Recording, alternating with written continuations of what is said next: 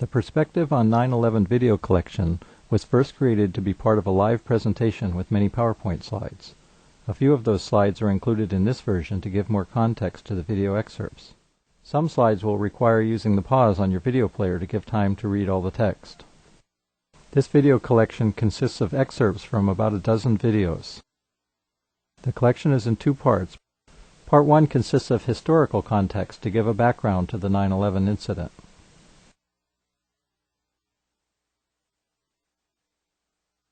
The 9/11 tragedy has often been compared to Pearl Harbor. Here we have quotes from two different books on the subject. From Pearl Harbor, Mother of All Conspiracies. Everything the Japanese were planning to do was known to the United States. Army Board, 1944. And from the book Day of Deceit, The Truth About FDR and Pearl Harbor, President Roosevelt provoked the attack, knew about it in advance, and covered up his failure to warn the Hawaiian commanders. FDR needed the attack to sucker Hitler to declare war, since the public and Congress were overwhelmingly against entering the war in Europe. It was his backdoor to war.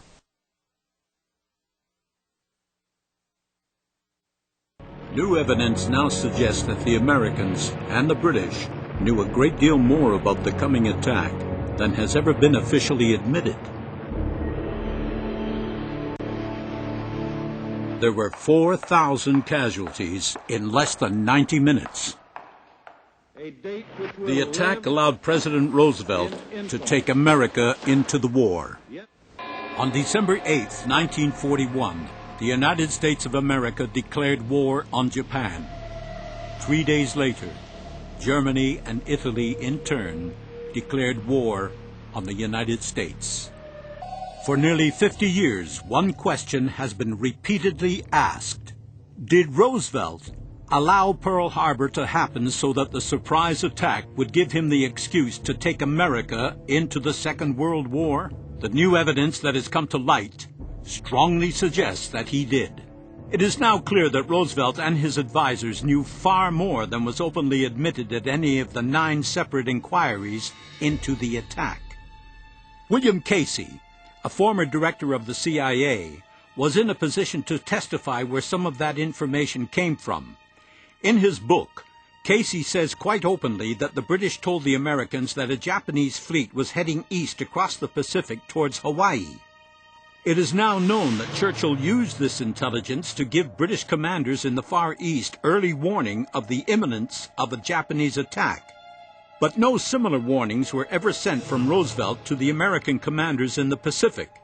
This fact alone suggests a degree of culpability on the part of the president that cannot have been so strongly argued before now. On October 7, 1940, Lieutenant Commander Arthur McCollum of the Office of Naval Intelligence submitted a memo to Navy Captains Walter Anderson and Dudley Knox, two of President Roosevelt's most trusted military advisors. The memo, scanned below, detailed an 8-step plan to provoke Japan into attacking the United States. President Roosevelt, over the course of 1941, implemented all 8 of the recommendations contained in the McCollum memo. Following the 8th provocation, Japan attacked. The public was told it was a complete surprise, an intelligence failure, and America entered World War II. After the December 7, 1941 Pearl Harbor attack, leading Republicans accused President Franklin Roosevelt of allowing, if not orchestrating, the attacks in order to take America into World War II. Republicans, including Thomas Dewey, the governor of New York and the GOP nominee for president in 1948, demanded to impeach FDR during the darkest days of World War II based on this conspiracy theory.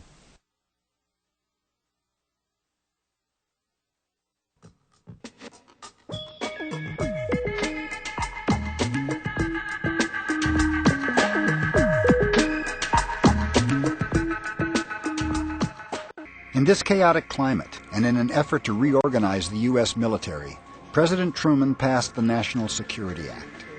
This act built the framework for America's modern national security structure. Among other things, the act established the National Security Council and the CIA. The National Security Act of 1947 allowed for the creation of a state within a state. Richard Dolan asserts that the signing of the National Security Act created an intelligence infrastructure capable of maintaining a very high level of secrecy. One with an enormous amount of power an enormous amount of wealth, an enormous amount of secrecy, and latitude of action. Whatever activity is going on, to the extent that it is a clandestine group, a quasi-government group, a quasi-private group, it is without any type, as far as I can tell, of high-level government oversight. And that is a great concern. 50s were the decade when this thing went out of control. And Eisenhower knew it, and that is why he said, "In the councils of government, we must guard against the acquisition of unwarranted influence, whether sought or unsought, by the military-industrial complex." In his farewell address to the nation, President Eisenhower cautioned the public about the relationship between the U.S. military and the industrial sector which supplies the military with weaponry and equipment. Eisenhower felt that if gone unchecked, the military-industrial complex would become too powerful. The potential for the disastrous rise of misplaced power exists and will persist. We must never let the weight of this combination endanger our liberties or democratic processes. But I think he was telling us the military-industrial complex will stick you in the back if you are not totally vigilant. And I think he felt like he had not been vigilant. I think he felt like he trusted too many people. Brigadier General Stephen Lovkin served under President Eisenhower in the White House Army Signaling Agency. He recalls Eisenhower's concern with the military-industrial complex. He realized that he was losing control. He realized that the phenomenon of whatever it was that we were faced with was not going to be in the best hands, and those were as far as I can remember, that was the expression that was used. It's not going to be in the best hands. who is running the show? How far has this thing gone? How much has this Frankenstein, this covert military-industrial sector, gotten its legs and gotten up off the table and walked away? This next part of Historical Context examines the assassinations of John F. Kennedy and Martin Luther King. These assassinations are highly instructive about how secret operations are routinely carried out by hidden aspects of the U.S. military-industrial intelligence complex. In Oliver Stone's movie JFK, the character played by Donald Sutherland is a composite character but is based primarily on Colonel Fletcher Prouty, a consultant on the film.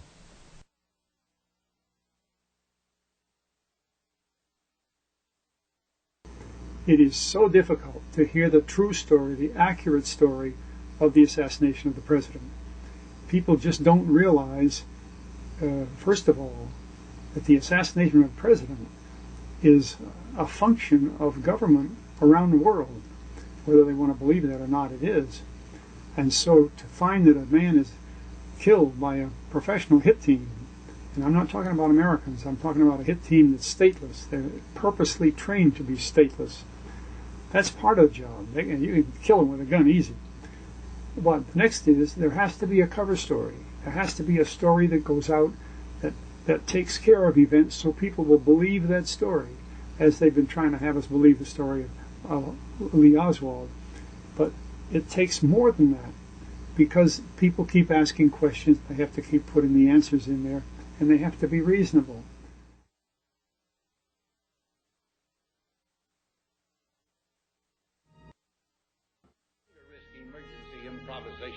Of national defense. We have been compelled to create a permanent armaments industry of vast proportions. Now, this conjunction of an immense military establishment and a large arms industry is new in the American experience. The total influence, economic, political, even spiritual, is felt in every city, every state house, every office of the federal government. We must guard against the acquisition of unwarranted influence, whether sought or unsought, by the military-industrial complex. We must never let the weight of this combination endanger our liberties or democratic processes. Everything I'm going to tell you is classified top secret. I was a soldier, Mr. Garrison. 2 wars. I was one of those secret guys in the Pentagon that supplies the military hardware with planes, bullets, rifles, for what we call black operations. black ops, assassinations, coup d'etat, rigging elections, propaganda, psych warfare, and so forth. World War II, I was in Romania, Greece, Yugoslavia. I helped evacuate part of the Nazi intelligence apparatus just before the end of the war. We used those guys in the fight against the communists. In Italy, 48, we stole the elections. France, 49, broke the strikes. Overthrew Carino in the Philippines, Arbenz in Guatemala, Mossadegh in Iran. We were in Vietnam in 54, Indonesia 58, Tibet 59. Got the Dalai Lama out. We were good. 1963. I spent much of September 63 working on the Kennedy plan for getting all U.S. personnel out of Vietnam by the end of 1965. This plan was one of the strongest, most important papers issued from the Kennedy White House. I was on my way back in New Zealand when the president was killed. Now, Oswald was charged at 7 p.m. Dallas time with Tippett's murder. That's 2 o'clock in the afternoon of the next day, New Zealand time. But already, their papers had the entire history of this unknown 24-year-old man, Oswald. Studio picture, detailed biographical data, Russian information, and were pretty sure of the fact that he killed the president alone, although it took them 4 more hours before they even charged him with that crime in Dallas. It felt to me as if, well, a cover story was being put up, like we would in a black op.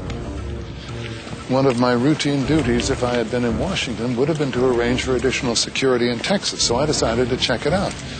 And sure enough, I found out that someone had told the 112th Military Intelligence Group at 4th Army Headquarters at Fort Sam Houston to stand down that day over the protests of the unit commander, Colonel Reich. I believe it's a mistake. This is significant because it is standard operating procedure, especially in a known hostile city like Dallas, to supplement the Secret Service.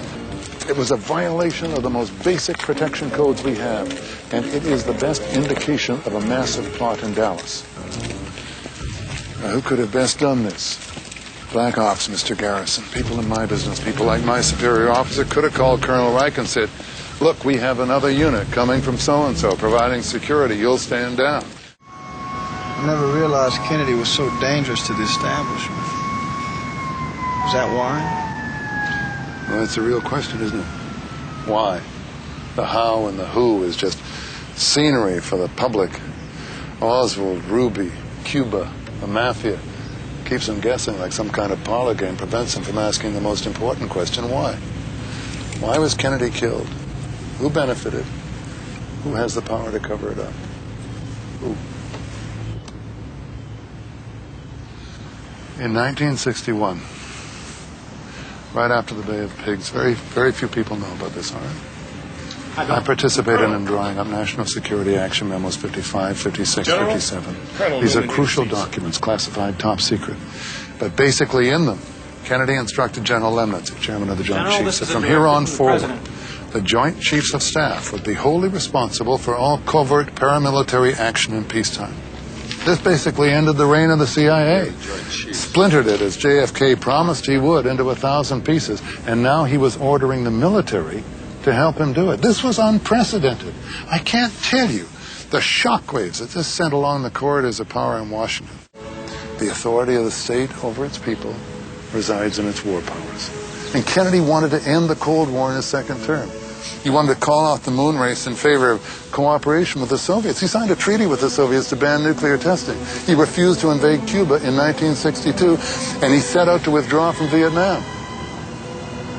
But all of that ended on the 22nd of November, 1963.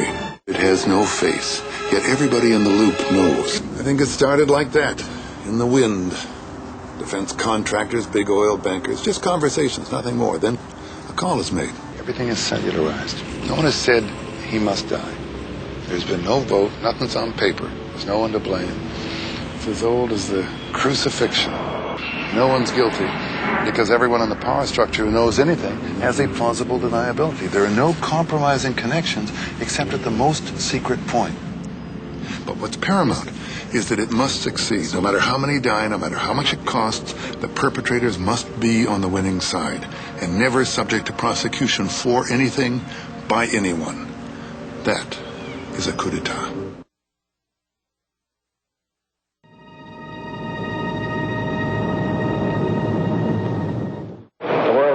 know the true facts of what occurred, my motives. The people had so much to gain and had such a material motive for putting me in a position I'm in.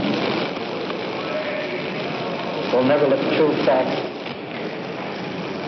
come above boards to the world. Now, these people are in very high positions, Jack? Yes. We're not a free country anymore because the people who are smart enough and powerful enough to take out a president like that and get away with it for 25 years are probably involved in other areas of the government.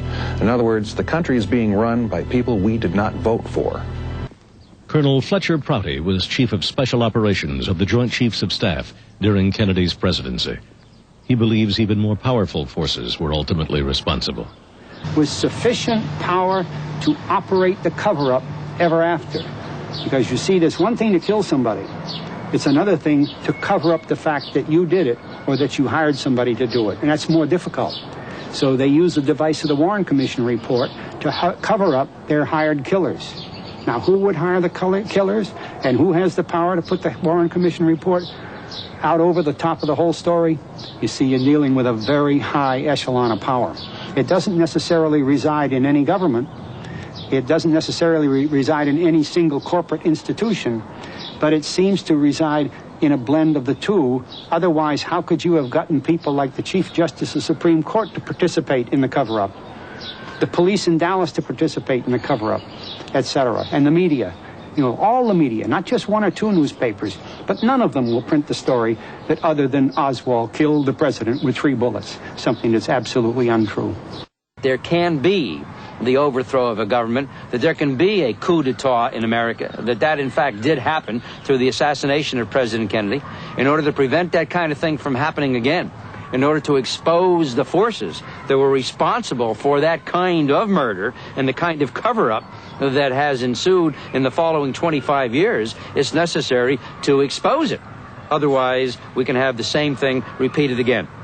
Therefore, in the same fashion that we have exposed problems and scandals involved with Watergate, problems in Vietnam, problems in Central America, problems in the overthrow of governments elsewhere like Allende in Chile, and on and on and on, so must we expose that same kind of political assassination in our country. As painful as it may be, as disruptive as it might be in a transitory nature, as embarrassing as it might be to certain individuals and organizations in the United States government, that has to be uncovered.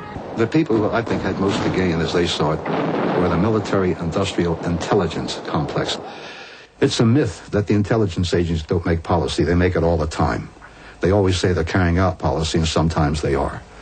The people who had most to gain were those who didn't want the peace in the world that John Kennedy had tried to turn the world toward when he and Khrushchev worked out the solution to the Cuban Missile Crisis. The people who didn't want John Kennedy to be president were those who were making incredible fortunes from war production. None of the things that the critics brought to light were treated responsibly by any responsible element of the press. Substantial criticism never had a voice. And that's what the working of a democratic society requires. Most of all, when it's a crime of the magnitude of the subversiveness of this one, the assassination of a president. A handful of critics and researchers in this case have gotten remarkably far on their own. But if the press would just be honest about it and question and do their job, we could learn a lot more. The fact of the assassination conspiracy is beyond doubt. Only the scope is in question.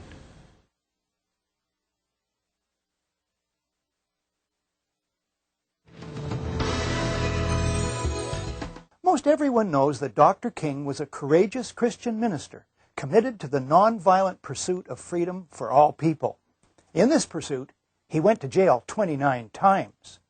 Nothing new so far, but prepare yourself for some stunning surprises. James Earl Ray, a petty criminal who died in 1998, and who, according to the official story, shot Dr. King, in fact did not shoot Dr. King, even though he pleaded guilty in 1969. That's right, James Earl Ray was not, absolutely without any question, not the killer. This footage of Dexter King shaking hands with James Earl Ray speaks volumes. Dexter and the other members of the King family have persevered ever since Dr. King's death to learn the truth about what happened and to make that truth known. They are convinced Ray was not the shooter. Ray's guilty plea comes about on the advice of a lawyer who approaches Ray and offers to represent him. It turns out this lawyer has connections with the true killers. The lawyer tells Ray that a guilty plea will make Ray famous and help him get off with a light sentence. Always easily led, Ray writes out what he's told to. And by the way, it's a guilty plea, not a confession. These facts are found in a book just out, the best single book on the assassination, An Act of State, the Execution of Martin Luther King. On the basis of the guilty plea, Ray is sentenced to 99 years in prison. Ray realizes he's been duped. 3 days after arriving in the penitentiary, he moves for his guilty plea to be set aside and that he be given a trial. But stalling by government officials denies him that for the rest of his life. To his dying day, he insists he did not kill Dr. King. Pepper's book includes a full account of the extensive civil trial into Dr. King's death held in Memphis, Tennessee in 1999. That there was such a trial may be a surprise to you also. The family's suit names as defendants co-conspirators, both named and unknown. The trial is not about money. The family seeks $100 damages. The trial is about the truth. The trial lasts almost a month. 70 witnesses are heard. A jury of 6 black and 6 white persons takes just 1 hour to arrive at a guilty verdict against, quote, the co-conspirators consisting of the named defendant, Lloyd Jowers, and those that the defendant named in his response, namely, the United States government, the state of Tennessee, the city of Memphis, and Memphis Police Department, James Earl Ray, Earl Clark, and Frank Liberto, unquote.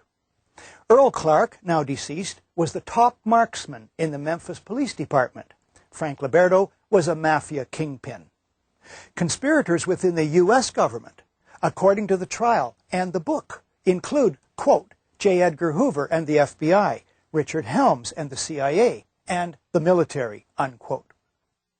The reason all this information probably surprises you is that the mainstream media effectively boycotted the trial. As Pepper writes, the silence following these shocking revelations was deafening. Like the pattern during all the investigations of the assassination throughout the years, no major media outlet would cover the story. It was effectively buried. Just 6 of the many facts that come out at the trial. First, when King arrives in Memphis, he's taken not to his usual hotel, which is safe for him, but rather to another, and given a room he must reach by an exposed balcony readily visible from dense bushes behind Jim's Bar and Grill across the street, and from various high vantage points. Second fact, a special security unit of black officers assigned to King on all his previous visits to Memphis is told it's not required this time. Third fact, defendant Jowers, former owner of Jim's Bar and Grill, admits to receiving and storing a gun the day before the killing, being handed a still smoking gun the day of, and disposing of that gun. Fourth, U.S. Army snipers are positioned on 2 nearby rooftops and a water tower, not, as you'd expect, to protect King, but to back up the assassin in case he misses. He does not. Fifth fact, New York Times reporter Earl Caldwell is in a room close to King's. He comes out when he hears the shot. He and others testify for the trial that they saw a man crouching in the bushes behind Jim's Bar and Grill. This man cannot be James Earl Ray. Reliable witnesses see Ray leave the area before the shot is fired. Fact 6. The day after the killing, early in the morning, a city works crew is sent to cut down and methodically remove the bushes and all debris from behind Jim's Bar and Grill. The order comes from the Memphis Police Department. Whoever killed King, it was not James Earl Ray. He could never have coordinated such a plan or assembled such a task force, and he wasn't at the scene. He is the fall guy. But the trial, in effect, is boycotted by the media. That's why you don't know about it. That's why I didn't know about it until 3 months ago, through James Douglas. King recognized that powerful economic forces stunt history and kill hope. It's important to understand that these powerful forces now include the mainstream media. To study Dr. Martin Luther King's nonviolent quest for social and economic justice as the surest foundation for peace is to recognize him not only as a civil rights leader, but as a man of the hour, even in these troubling days. King's life and death remain important news.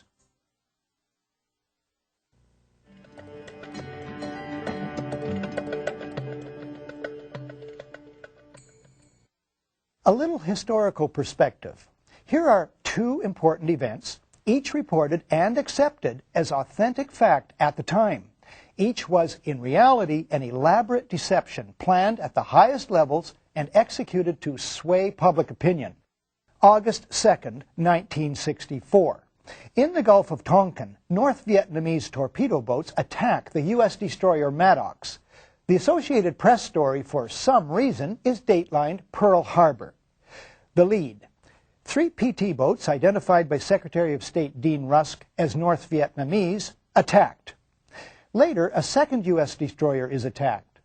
Although no U.S. sailor suffers a scratch, the American public is outraged. President Lyndon Johnson goes on television to ask the country to support war action. 2 days later, the Tonkin Gulf Resolution is approved by the U.S. House of Representatives unanimously, then by the Senate 88-2. The resolution becomes the entire justification for the United States war against Vietnam. Before that's over, 58,000 American soldiers and almost 3 million Vietnamese die. One small problem. There never were any PT, patrol torpedo, boats. The events never happened. As Secretary of State Rusk, the President, and Defense Secretary Robert McNamara knew. They knew because they planned the deception. One source for this is former Admiral James Stockdale in his book In Love and War. On the night in question, Stockdale was at the controls of a Sabre jet flying cover for the 2 destroyers. He saw nothing. Another source is Ben Bradlee, much respected former managing editor of the Washington Post. Bradlee, in a public lecture in England in April 1987, states, "The so-called facts behind this critically important resolution were quite simply lies." August 2nd, 1990. Iraq attacks Kuwait, claiming the Kuwaitis are slant drilling into Iraq's oil fields. U.S. President George Bush pushes for a land war against Iraq, but polls show the U.S. public is split 50-50 on that idea. Then comes this eyewitness testimony before a congressional committee from a 15-year-old Kuwaiti girl who cannot be identified for fear of reprisals. While I was there, I saw the Iraqi soldiers come into the hospital with guns. They took the babies out of the incubators,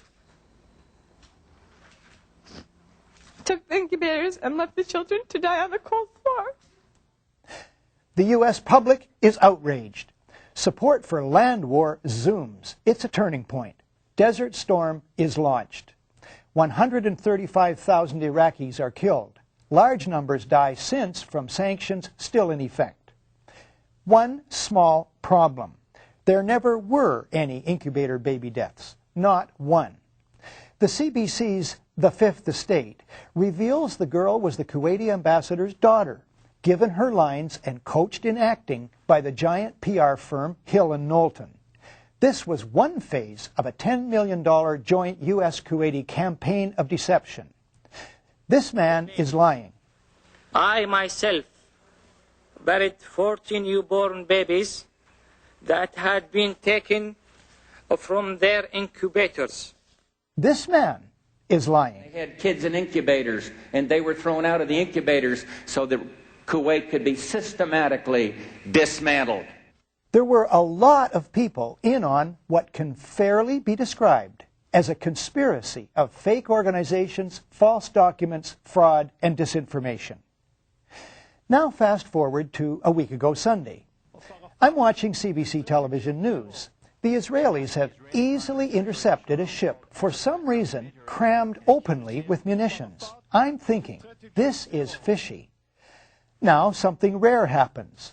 It's almost impossible that this ship would have escaped detection. I mean, the thing is bizarre. It's crazy, and it looks like the whole thing was a setup of some sort. Another surprise. The Globe and Mail finds the event particularly odd and quotes a widespread Palestinian view that there's something deeply suspicious about the hugely publicized interception.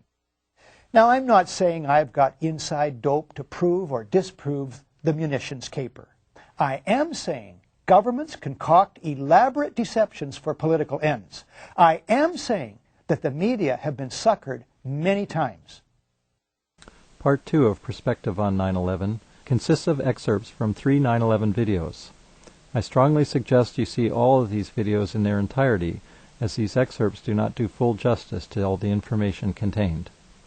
The first video is titled The Great Deception. It was made by Canadian journalist Barry Zwicker.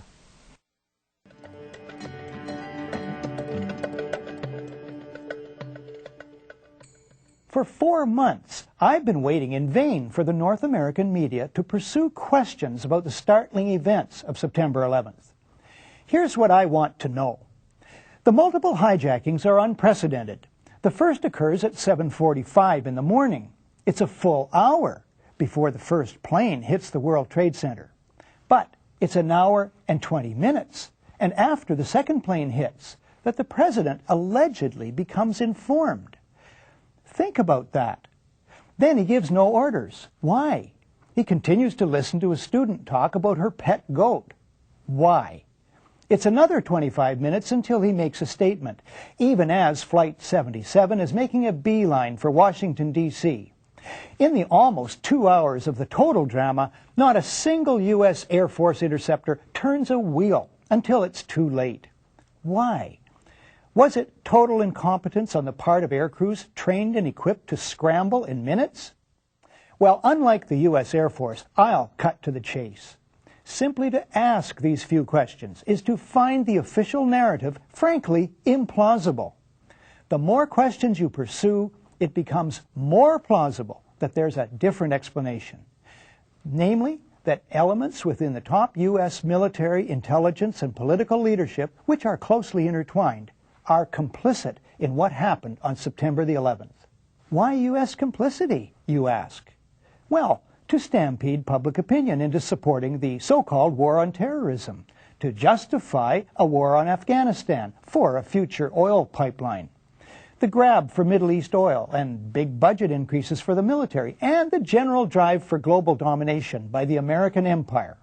I know it sounds incredible, but here's some historical context from this book, Body of Secrets. Its author is James Bamford. Bamford, until recently, was Washington investigative producer for ABC's World News Tonight with Peter Jennings. I learned of this book on ABC's website.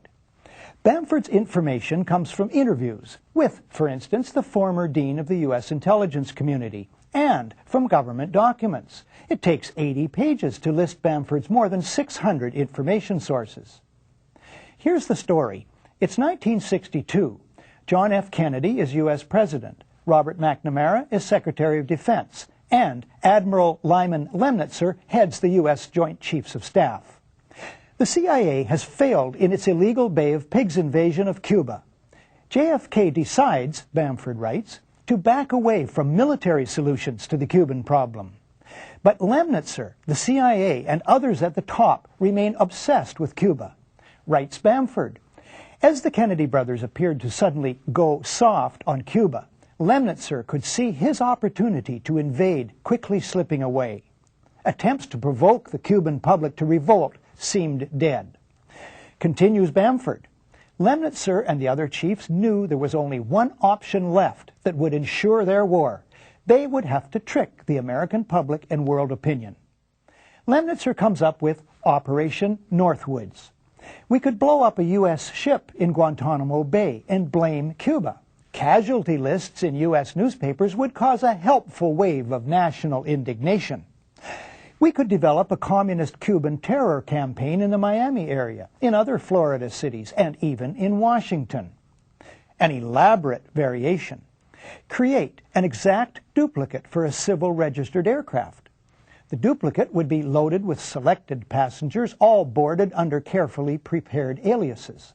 The actual registered aircraft will have been converted to a drone, a remotely controlled unmanned aircraft. The destruction of that aircraft will be triggered by radio signal. The Cubans would be blamed. Finally, another variation is described by Bamford. On February 20th, 1962, John Glenn was to lift off from Cape Canaveral on his historic journey.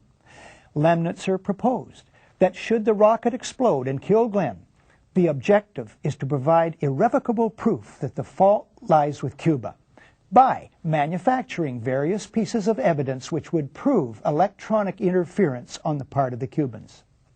Thus, Bamford notes, as NASA prepared to send the first American into space, the Joint Chiefs of Staff were preparing to use John Glenn's possible death as a pretext to launch a war. The Operation Northwoods plan shows the Pentagon was capable, according to Bamford, of launching a secret and bloody war of terrorism against their own country in order to trick the American public into supporting a war on Cuba. Can we be sure, therefore, that complicity by the Pentagon in the events of September 11th is entirely out of the question?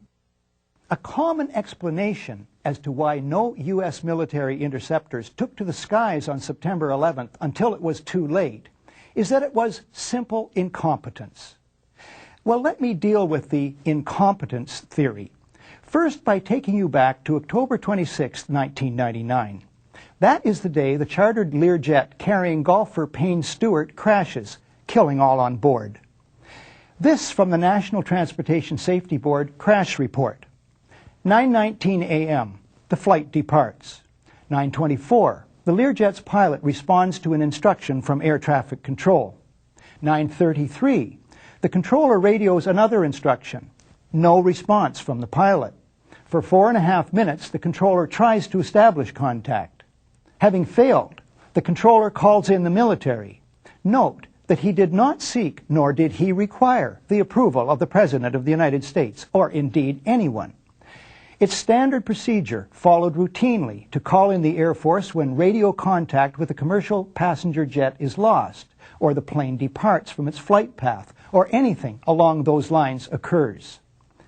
9:54, 16 minutes later, the F-16 reaches the Learjet at 46,000 feet and conducts a visual inspection. Total elapsed time, 21 minutes. So what does this prove? Well, it proves that standing routines exist for dealing with all such emergencies, for instance, loss of radio contact. All personnel in the air and on the ground are trained to follow the routines, which have been fine-tuned over decades, as the Learjet incident illustrates. For large scheduled aircraft tracked throughout on radar, to depart extravagantly from their flight paths would trigger numerous calls to the military, especially after two have hit the World Trade Center and now one is speeding toward Washington, D.C. It flies over the White House, turns sharply, and heads toward the Pentagon. Everyone, and I mean everyone, now knows these planes are very bad news. It's been reported on all TV networks for more than half an hour that this is a terrorist attack. Now, Andrews Air Force Base is a huge installation. It's home to Air Force One, the President's plane. It's home base for 2 combat-ready squadrons of jet interceptors, mandated to ensure the safety of the U.S. Capitol. Andrews is only 12 miles from the White House. On September 11th, the squadrons there are the 121st Fighter Squadron of the 113th Fighter Wing, equipped with F-16s, and the 321st Marine Fighter Attack Squadron of the 49th Marine Air Group Detachment A, equipped with FA-18s. This information was on the website of the base on September 11th. On September 12th, Andrews chose to update its website. I find it odd that after the update, there's no mention of the F-16 and F-18 fighters. The base becomes, according to the website, home to a transport squadron only. Yet at 6:30 the evening of September 11th, NBC Nightly News, along with many outlets, reported, It was after the attack on the Pentagon that the Air Force then decided to scramble F-16s out of the D.C. National Guard Andrews Air Force Base to fly a protective cover over Washington, D.C. Throughout the northeastern United States are many air bases. But that morning, no interceptors respond in a timely fashion to the highest alert situation. This includes the Andrews squadrons, which have the longest lead time and are 12 miles from the White House. Whatever the explanation for the huge failure, there have been no reports to my knowledge of reprimands. This further weakens the incompetence theory. Incompetence usually earns reprimands. This causes me to ask, and other media need to ask, if there were stand-down orders. September 11th has brought mostly unpleasant changes, including curtailment of civil liberties and threatened perpetual war, all rooted in the official story of what happened on September 11th. Namely, that one evil man and his network are responsible, and that the U.S. military, intelligence, and political establishments were all caught totally off guard. It's the duty of the media and of intelligent citizens to inquire about any anomalies about September 11th. Today's question: what did George Bush know, and when did he know it on September 11th? Bush was first informed of the suicide attacks at an education event in Florida, his face creasing into anxiety. The crisis transformed his presidency. This image, embedded in the official story, has led the world to believe that when Bush's chief of staff, Andrew Card, whispered into his ear at an elementary school at 9:05 that morning, it was the first the U.S. president learned that, in his words, America was under attack. But a growing number of people, including the careful researchers at emperorsclothes.com, don't think so. Using verifiable, publicly available information, Ilarion Bykov and Jared Israel, an intrepid Canadian, raise questions mainstream media stubbornly refuse to even acknowledge. Consider, Bykov and Israel say, the words of journalist John Cochrane, who was traveling with the president on the morning of September the 11th, on an ABC special report. Cochrane is speaking to Peter Jennings. Peter, as you know, the president's down in Florida talking about education. He got out of his hotel suite this morning, was about to leave. Reporters saw the White House Chief of Staff, Andy Card, whisper into his ear. The reporter said to the president, "Do you know what's going on in New York?" He said he did, and he said he will have something about it later. His first event is about half an hour at an elementary school in Sarasota, Florida. So Bush knew, writes Emperor's Clothes, about the first incident before leaving his hotel. Take other evidence. By 8:20, according to its own official report, the Federal Aviation Authority, the FAA, is fully aware of the unprecedented emergency in the skies. As Bykov and Israel point out, the President of the United States travels with an entire staff, including the Secret Service, which is responsible for his safety. The members of this support team have the best communications equipment in the world. They maintain contact with, or can easily reach, Bush's cabinet, the National Military Command Center and Pentagon, the FAA. In other words, around 8:46 at the absolute latest, the Secret Service and the President would have known of all 4 hijacked airliners and that one had hit the World Trade Center. That's 2 sets of proofs that question the famous whisper in the ear at 9:05. The President tells us he saw the incredible image of the first plane going in. He went ahead with an easily cancelable appointment. Why? He tells us he knew his country was under attack, yet he continued to listen to a student talk about her pet goat and such for another 25 minutes.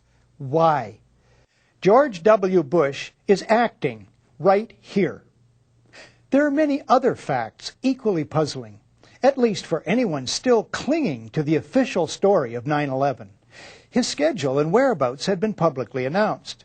Why did the Secret Service not whisk him away for safety's sake? Do you think there's anything here that mainstream media should follow up? Have you noticed any such follow-up? Do you find this as incredible as I do? What will it take to snap people out of the hypnotic trance of the official story and start asking questions? Maybe you calling an editor and raising hell. Until the world finds out the truth about what really happened on September the 11th, the world is held hostage to the so-called war on terrorism. And surely it's time to recognize that for what it is, harsh final steps to what the U.S. military terms full-spectrum dominance. The less people ask themselves questions about deceit, the more it clears the way for organizations such as the CIA to continue to receive seemingly unending billions of dollars. Taxpayer money used to train terrorists, as the CIA acknowledges it has, to destabilize governments, as former CIA agent John Stockwell writes in his book, In Search of Enemies, and to inject toxic gray, white, and black propaganda into the world's information systems, as William Bloom spells out in Killing Hope, all with barely a whisper of dissent. Those stratagems include a relentless outpouring of myths about weapons, strategy, security, enemies, history, and human nature, from government bureaucracies and adjunct think tanks and co-opted media and electronic theologians. No realm of public policy is more corrupted by untruthful speech than national security. Today, the big lie of the so-called war on terrorism, itself firmly based on the linchpin of the implausible official version of what happened on September 11th, is an even more severe test of truth, in my opinion. Under the banner of the war on terrorism, George W. Bush, with the aid of the media, zealously promotes perpetual global war in service of resource looting and permanent popularity for himself. There's unprecedented militarism. The USA is spending more than half its budget on wars past, present, and future, according to the Center for Defense Information. Peace is not a thing of weakness. It calls for heroism and action. Day by day, you must wrest it from the mouths of liars. You must stand alone against the multitude, for clamor is always on the side of the many, and the liar has ever the first word. The meek must be strong.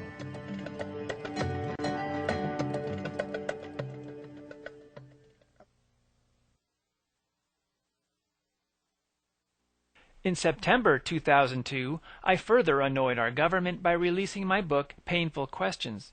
It provides evidence that both World Trade Center towers and Building 7 were demolished with explosives that were placed in the buildings before the attack.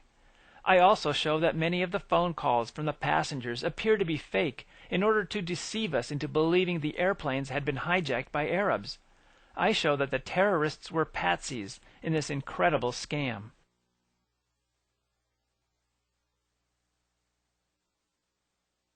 Let us never tolerate outrageous conspiracy theories concerning the attacks of September the 11th.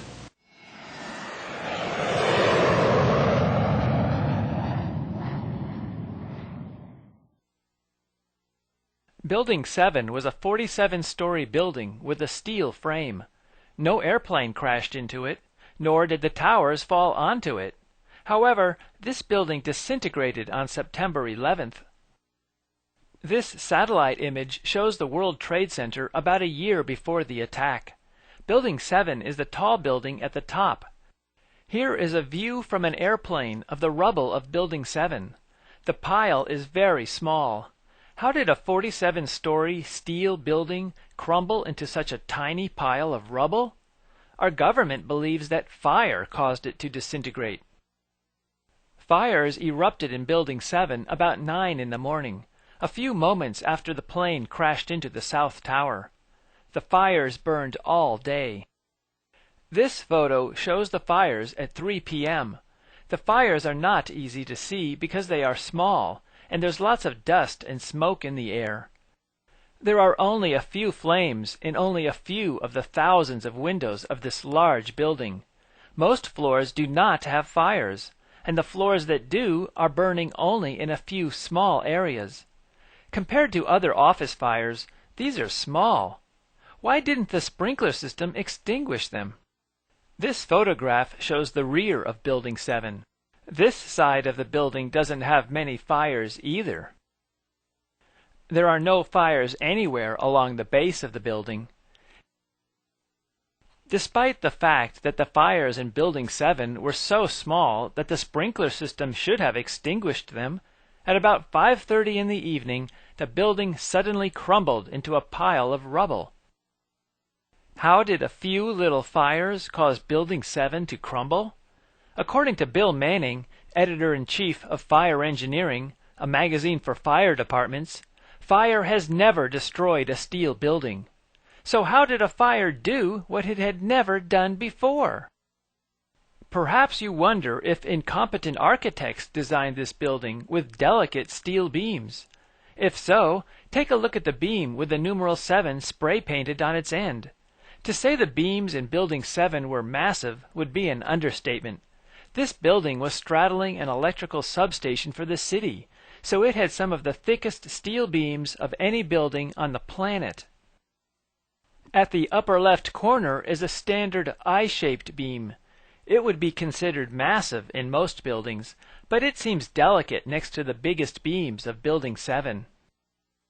As is typical in the design of buildings, bridges, and most industrial products, Building 7 was designed with more strength than it actually needed.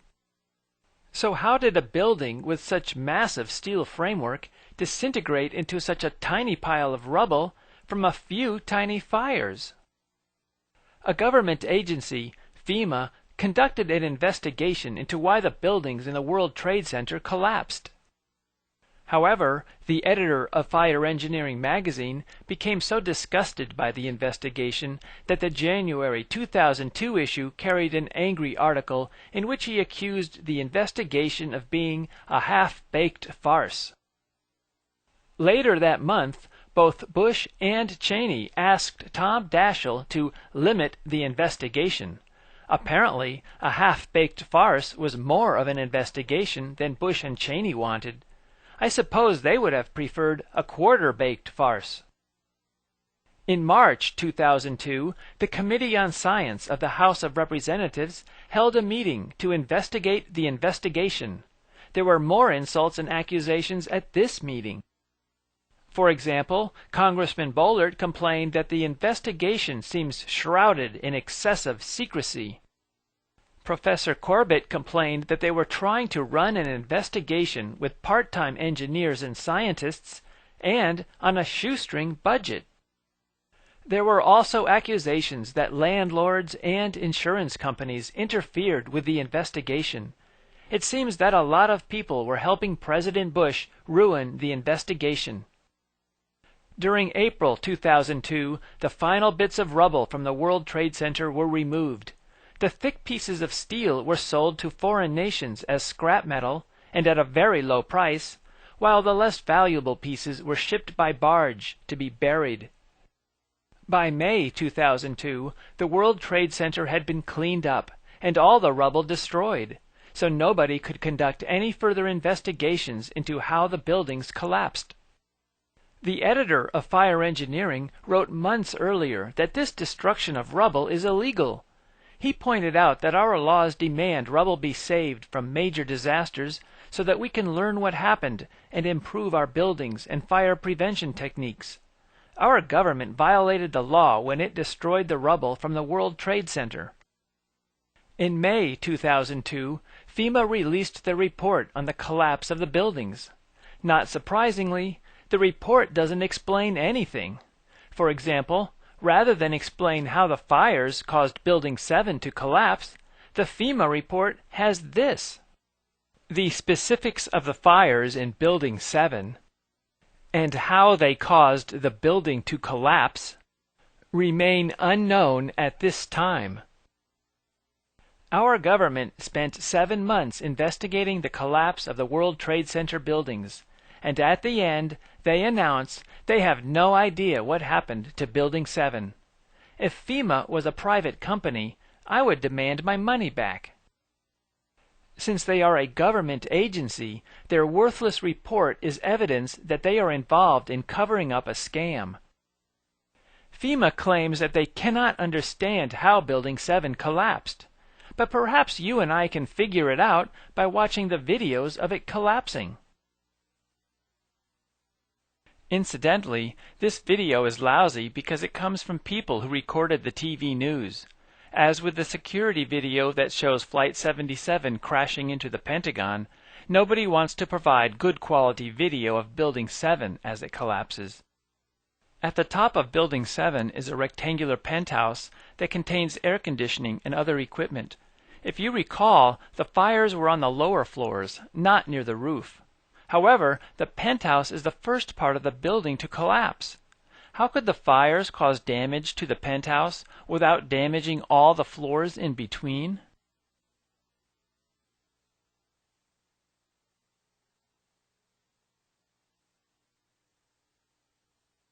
Here's a different view of the collapse. And another view. Since fire has never caused a steel building to crumble before, I guess we'll never know if this dust is typical. Now that you've seen how the building collapsed, do you think these tiny fires were responsible? If so, how did the fire destroy the entire steel structure? Building 7 collapsed in the same manner that demolition companies destroy old buildings. They use explosives to shatter the joints holding the steel beams together. The explosives are detonated in a sequence that causes the building to fall vertically downward into a tiny pile of rubble. Also, when the building is tall, the explosives are often timed to destroy the interior of the building before the exterior walls are broken, thereby causing the interior section to fall first. As the interior pieces fall, they pull the exterior walls towards the interior. This creates a small pile of rubble with the exterior walls laying on top of the rubble. Photos of the rubble from Building 7 show exactly that, namely the exterior walls on top of the interior pieces. Normally, if a 47-story steel building crumbled into a pile of rubble because of a couple of tiny fires, people around the world would be shocked and want to know what happened. Architects would be interested in understanding what happened so that they could design buildings better. People who live or work in tall buildings would wonder, can fire do this to my building? However, are any architects asking why Building 7 fell down? Are any people in tall buildings wondering if their building might also fall down? Why does nobody care that a steel building disintegrated for no apparent reason? Part of the problem is that most people simply don't know much about Building 7 due to the incredible secrecy surrounding this building. We were frequently told of the evilness of Osama and Saddam, but how often did you see the collapse of Building 7? How many articles did you find in newspapers or magazines about Building 7? The only explanation for this secrecy that I can think of is that nobody can explain how Osama caused Building 7 to collapse. By keeping this issue a secret, they are hoping that people will forget about the incident, rather than ask, "What happened to Building 7?" One possible reason for the secrecy about Building 7 is that it may have been the control center for demolishing the World Trade Center. The 23rd floor of this building was given $15 million worth of renovations to make it into an emergency command center for Mayor Giuliani. For example, it was given bullet and bomb-resistant windows. This particular office had its own air and water supply, and it was designed to withstand winds of 160 miles per hour. To make the situation more suspicious, the reinforcements were only for this one floor, so that meant most of the building was just an ordinary office building. Why would they protect only one floor? Furthermore, why would they need their own air supply? And how about the protection from a 160-mile-per-hour wind? Well, consider that when the towers fell down, clouds of dust and grit were thrown outward at a very high speed. The only people protected from that blast were in this special emergency command center. Of course, the city government claims the entire building was evacuated at 9 in the morning, so nobody was inside this special reinforced bunker when the towers collapsed. This meant that the city spent $15 million to make this special reinforced bunker, and then everybody abandoned it just when it would have been useful. But did everybody really abandon Building 7? It would have been a great place for people to supervise the attack because the 23rd floor provided a wonderful view of the area, and the occupants were protected from the dust and debris. To make the situation even more suspicious, as I explain in more detail in the book, the flight paths of the two airplanes that hit the towers appear to have been on a course towards Building 7, as if this building was broadcasting a homing signal. The towers were built by the government, so taxpayers owned both of them. However, somehow the government was convinced to lease the towers for 99 years. Larry Silverstein became landlord on July 24th, less than 2 months before the attack. He then had control of the maintenance and security departments, and he began to replace security personnel. Silverstein brought Frank Lowy into the deal to become landlord of the underground shopping mall. Lowy is a billionaire who owns shopping malls in several nations. After the towers disintegrated, Silverstein demanded insurance companies pay him twice what the policy stated on the grounds that each tower was a separate attack. What a coincidence that after these guys got control of the World Trade Center, Osama decided to destroy the entire complex. Joe Valvano, a researcher of the Kennedy assassination, points out that most people believe in coincidence theories because they explain everything as being due to coincidence. For example, most people believe it was coincidence that all 4 hijacked airplanes were 80% empty. That Todd Beamer decided to spend his last 13 minutes of life talking on an airplane phone to a stranger rather than his pregnant wife. That fire pulverized 3 steel buildings, even though fire never did such a thing before or after. That terrorists hit the empty section of the Pentagon. How do coincidence theories make more sense than conspiracy theories? Some people consider my book to adequately explain that the September 11th attack was a scam. Not surprisingly, our government never found any evidence that the attack was a scam.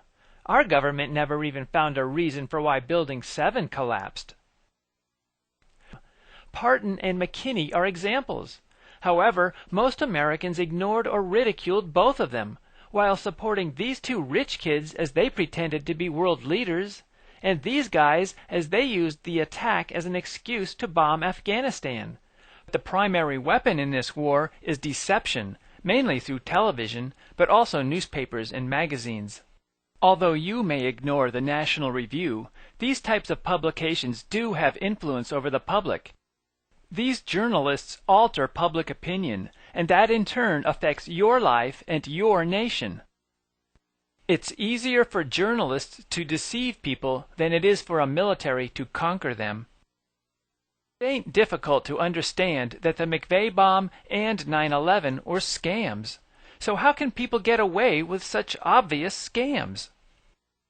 Because America is corrupt beyond your wildest dreams. There are lots of Americans willing to join these scams, and Bush's buddy is also. Americans often boast about our Bill of Rights and our freedom of speech, and they often ridicule the government-controlled media of communist nations. However, the American media is being used like a weapon to manipulate the public and keep them ignorant, often in obvious ways. The American people are being deceived, not educated or encouraged to discuss issues.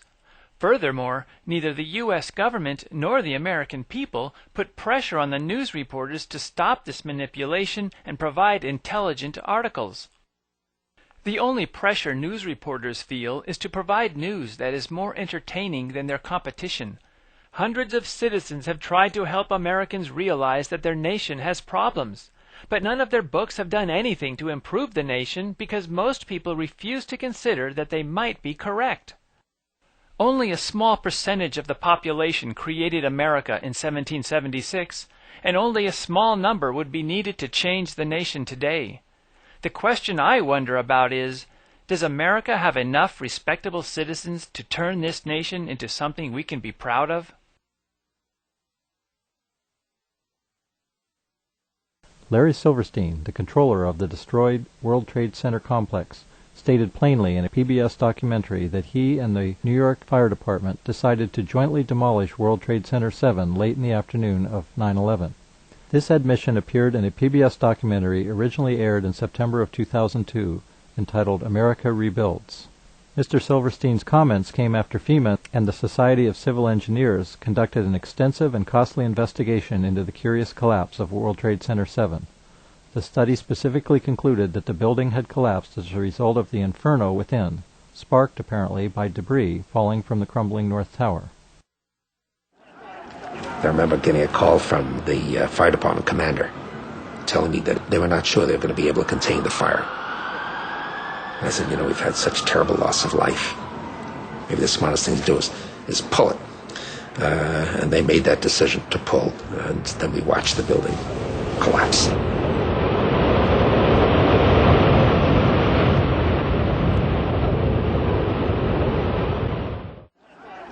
I remember getting a call from the fire department commander telling me that they were not sure they were going to be able to contain the fire. And I said, we've had such terrible loss of life. Maybe the smartest thing to do is pull it. And they made that decision to pull, and then we watched the building collapse. Pull is an industry term which is short for pull down, meaning demolish. New questions about World Trade Center Building 7. Silverstein's startling admission of the demolition of Building 7 seems to explain some of the mysteries surrounding the third tower that fell that day, but many new questions arise. 1. Why didn't the building owner Larry Silverstein and FEMA communicate about how Building 7 fell during the long and expensive investigation? FEMA's report didn't even mention the possibility of the collapse being due to intentional demolition. 2. How is it possible that the perfect demolition of a 47-story skyscraper could have been done in the short time between when Silverstein was on the phone to the fire department and the collapse at 5:25 in the evening? Demolitions take months to design, engineer, and implement. Plus, the building was on fire. 3. Why was pulling down Building 7 the smart thing to do? Because of a terrible loss of life? The building was abandoned, so what lives? How about the lives of the hypothetical heroes that would have had to re-enter the abandoned building carrying high explosives to do months of work in a few hours, while the fires that could not be contained were burning all around them? By the way, who are these guys? How come we haven't heard of them? Since the instant demolition scenario is essentially impossible, the only other plausible explanation is that demolition explosives had to have been installed and wired before 9/11. By admitting to the demolition, Silverstein also eliminates the possibility that terrorists could have planted the explosives. Together, these 2 points dispute the official story of 9/11, which is based on the assumption that the attacks were a complete surprise and done by Al-Qaeda. Narrated by hip-hop legend Paris and featuring interviews shot by GNN producers in 6 cities, Aftermath features 9 people answering 11 of the most pressing questions that emanate from the terrible and as yet unexplained events of that day. As you will see, these are questions that continue to overshadow and could critically challenge the official version of the story.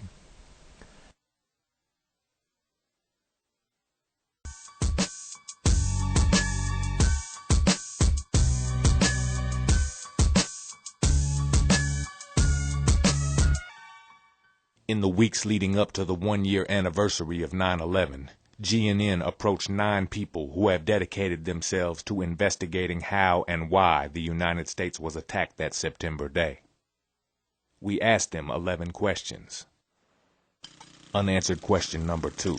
What did the Bush administration know? And when?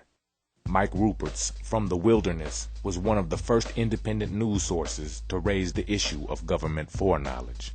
First of all, it's imperative to note that the Bush administration is absolutely and totally lying when it says, golly gee, we had no idea that aircraft could have been used as weapons of mass destruction to attack the United States. We know, of course, that Bush had clear briefings that Al-Qaeda might be hijacking airplanes, but gee, the press forgot to tell you that on October the 24th through the 26th of 2000, the Pentagon held detailed drills practicing for an airliner being crashed into the Pentagon.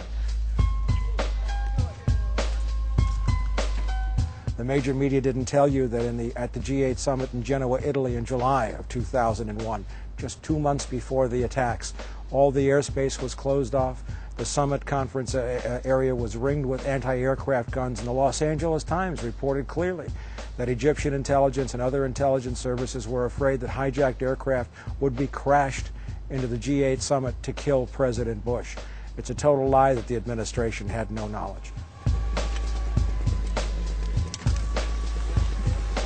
It's also a lie that the administration had no advance warning of the attacks. Intelligence reports from France, from Germany, from Russia, from Egypt, from Jordan, all of which taken together show clearly that the United States government had been warned that in the week of September the 9th, commercial airliners would be hijacked and crashed into the World Trade Center, that those airliners would probably come from at least one airport in Boston, and that ultimately, through other warnings, that they would involve aircraft from American and United Airlines. Those are very specific warnings, and that's just what we know now to this day.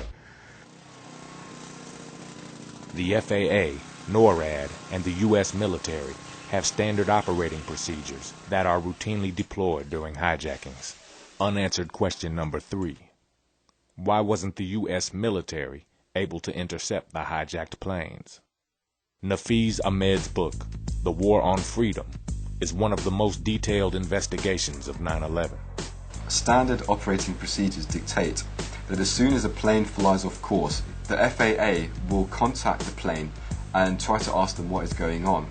If there is a problem or if they cannot establish radio contact, then immediately the FAA will contact the Pentagon, who will, within a matter of minutes, a maximum of 10 minutes normally, will scramble fighter jets to intercept the civilian plane and to analyze the situation and see what is going on.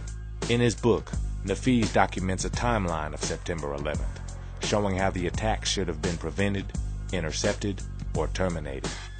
In the case of American Airlines Flight 77, which departed Dulles and was crashed into the Pentagon, the FAA lost contact at 8:50 a.m.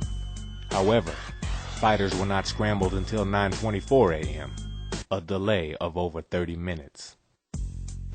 Now, this sort of direct violation of standard operating procedures is inconceivable without some kind of high-level government approval.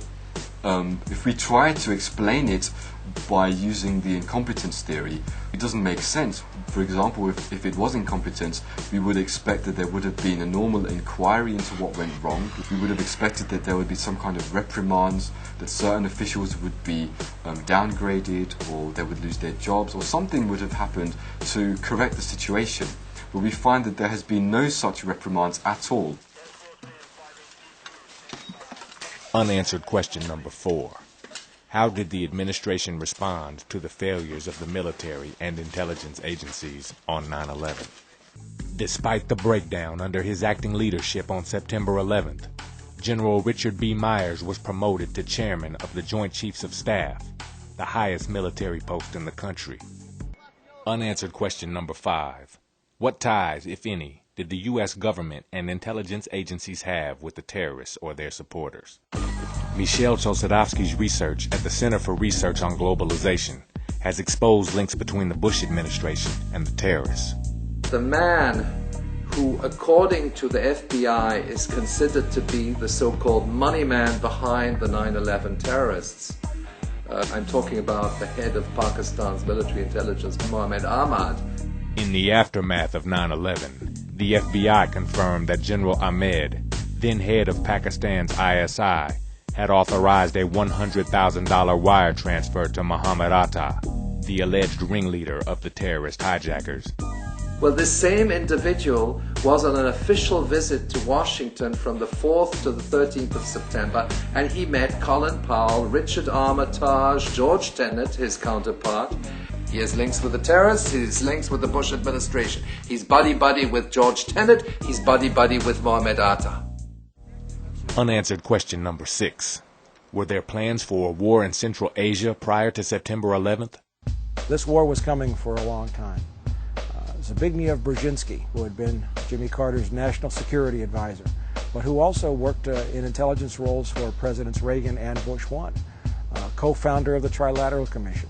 He wrote a book in 1997 called The Grand Chessboard, American Primacy and Its Geostrategic Imperatives. And in 3 specific places in that book, he says the key to America's control of the world in the 21st century is the control of Eurasia.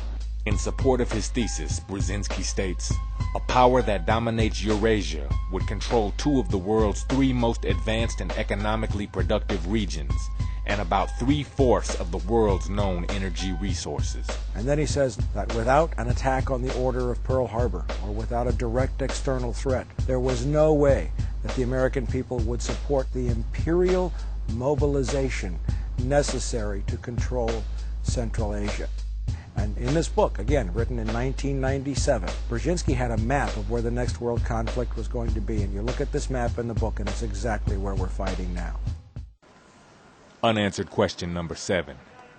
Is there an underlying motive, besides the war on terror, for the U.S. military presence in Central Asia? Peter Dale Scott has written extensively about hidden agendas in U.S. foreign policy. There are people in the administration who believe out and out that this is the American century, that it is the time for American hegemony. Both Republicans and Democrats have said we shouldn't worry so much about what our allies think. Despite a lack of support from America's traditional allies, the Bush administration continues to pursue military action in Central Asia.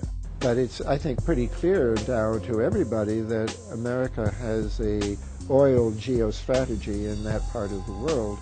The U.S. National Energy Policy Report of 2001, authored by Vice President Dick Cheney, formerly one of America's richest and most powerful oil industry executives, demanded a priority on easing U.S. access to Persian Gulf oil supplies. America needs to control the world oil system. And the fact that we have put U.S. troops in Georgia, Uzbekistan, Tajikistan, even in Kyrgyzstan, 200 miles from the West Chinese border, all those troops there are nominally in the name of fighting the terrorists, but in reality they have established an American presence in the great oil basin of the Caspian. Unanswered question number 8. Is there any historical evidence to suggest that the government may have used the 9/11 attacks to justify its war in Central Asia? Alex Jones is a television and radio broadcaster who has publicly questioned the Bush administration's version of what happened on September 11th. Governments always get caught engaging in terrorist attacks against their own populations to rally them for war or for a domestic crackdown. We saw William McKinley's Navy in the 1890s blowing up their own ship in Havana Harbor as a pretext for war with the Spanish government. And that's now admitted fact. We saw Adolf Hitler blow up his own Reichstag as a pretext for martial law. Firebomb their own capital. Nazi documents have been released, now a part of historical record. Then, of course, we saw December 7th with the Japanese attacking Pearl Harbor. It's now been released that 12 days before, they had Admiral Yamamoto's communique that the Japanese were going to be attacking Pearl Harbor.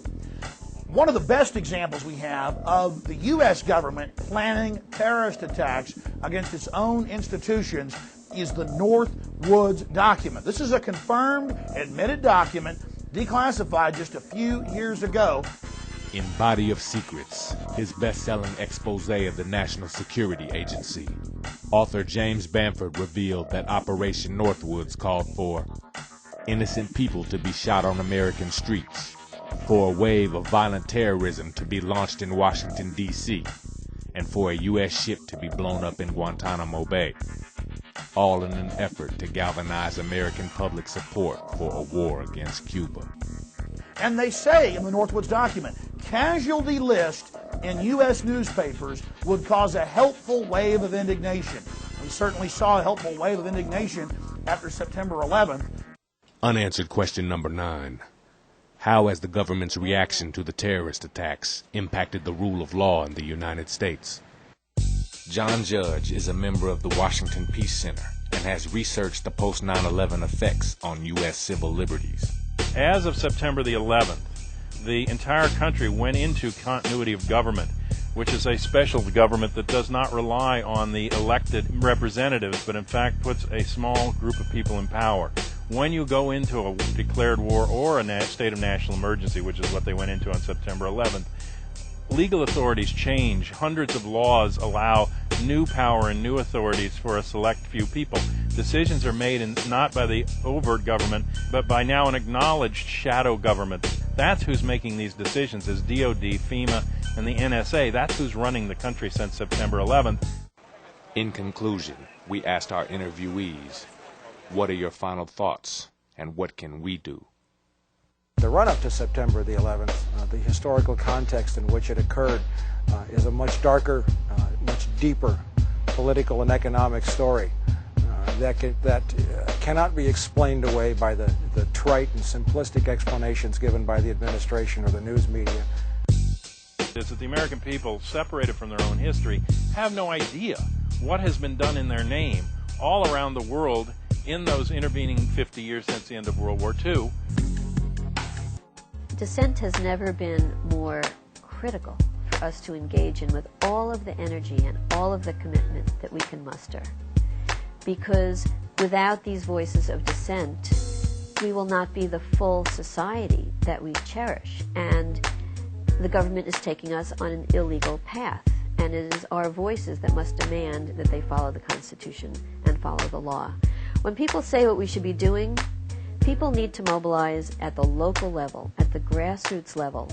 There are now about 30 municipalities around the country that have passed resolutions to demand repeal of the Patriot Act. It's a very good thing for people to do. People are also negotiating at the local level with their local law enforcement that local law enforcement should not cooperate with federal law enforcement in terms of INS or the Department of Justice, the FBI. People need to encourage people to speak out, encourage their local governments to speak out.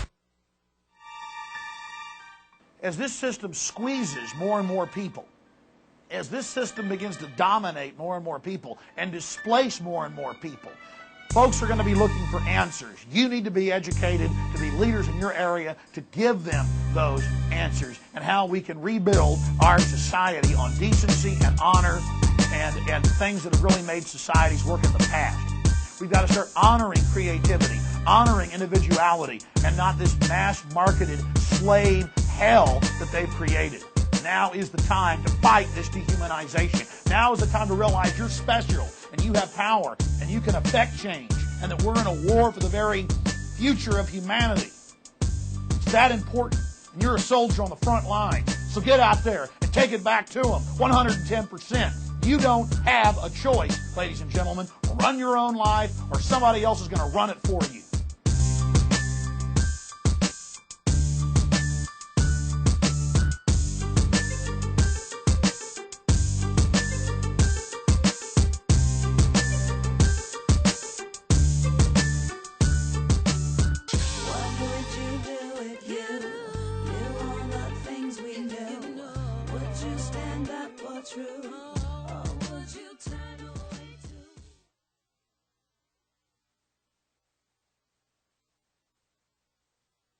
What happened to Flight 93? The U.S. government insists the plane exploded on impact, yet a 1-ton section of the engine was found over a mile away, and other light debris was scattered over 8 miles away. There were at least 6 eyewitnesses who observed a mysterious military-style jet in the area. What's happened to our media? According to William Colby, the former director of the CIA, quote, "The Central Intelligence Agency owns everyone of any significance in the major media." The secret team, the real power structure. The most remarkable development in the management of Americans' relations with other countries during the quarter century since the end of World War II has been the assumption of more and more control over military, financial, and diplomatic operations at home and abroad by men whose activities are secret, whose budget is secret, and whose very identities, often as not, are secret.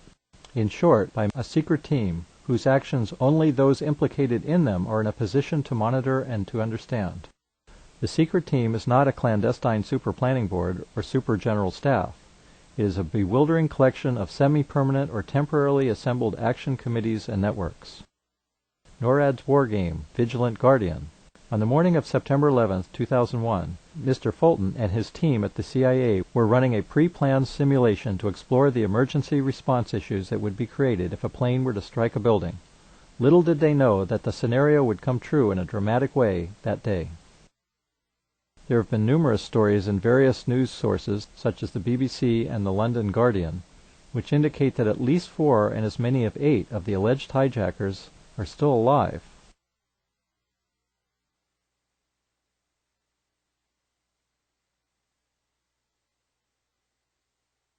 Secrecy surrounds the 9/11 investigation. Some embarrassing Bush family connections. Marvin P. Bush, the president's younger brother, was a principal in a company called Securicom that provided security for the World Trade Center, United Airlines, and Dulles International Airport, all 3 of which were part of 9/11. Government cover-up of 9/11. Bush and Cheney resisted any investigation, then told Daschle to limit the investigation when they were pressured into having one by the victims' families. There has been a major government cover-up. Both the Senate Congressional Joint Inquiry and the Independent Commission were headed by people who should be investigated for their role in 9/11. Their stated parameters were not to find the truth, but to justify an expansion of the CIA and the national security state. Government investigations into 9/11. Taxpayers put out $65 million to investigate Bill Clinton's sex life and $30 million to investigate the Columbia shuttle disaster. Why did the Keene Commission initially receive a mere $3 million? Keene is barely better than Henry Kissinger, who had to step down because of his many direct conflicts of interest. Most of the rest of the committee members have their own conflicts of interest, most notably Commission Director Philip Zelikow, who served as the gatekeeper, setting the agenda for the commission. According to Max Cleland, a former 9/11 commissioner, Americans are being scammed. Referring to the Bush administration's efforts to obstruct the 9/11 Commission's access to critical documents, former 9/11 Commissioner Max Cleland called them, quote, disgusting and a scam. Americans are being scammed, Cleland said on CNN's Newsnight. Max Cleland has since left the 9/11 Commission because he was appointed by Bush to be on the board of the Export-Import Bank. Whitewash. 9/11 director gave evidence to own inquiry. The panel set up to investigate why the United States failed to prevent the terrorist attacks of September 11, 2001 was rocked Thursday by the bizarre revelation that 2 of its senior officials were so closely involved in the events they are investigating that they have had to be interviewed as part of the inquiry. The 2 officials are 9/11 Commission Director Philip Zelikow, who has connections to Bush, Cheney, and especially Rice, and Jamie S. Gorelick. Lori Van Auken, who lost her husband on 9/11, asks, did he interview himself about his own role in the failures that left us defenseless? This is bizarre.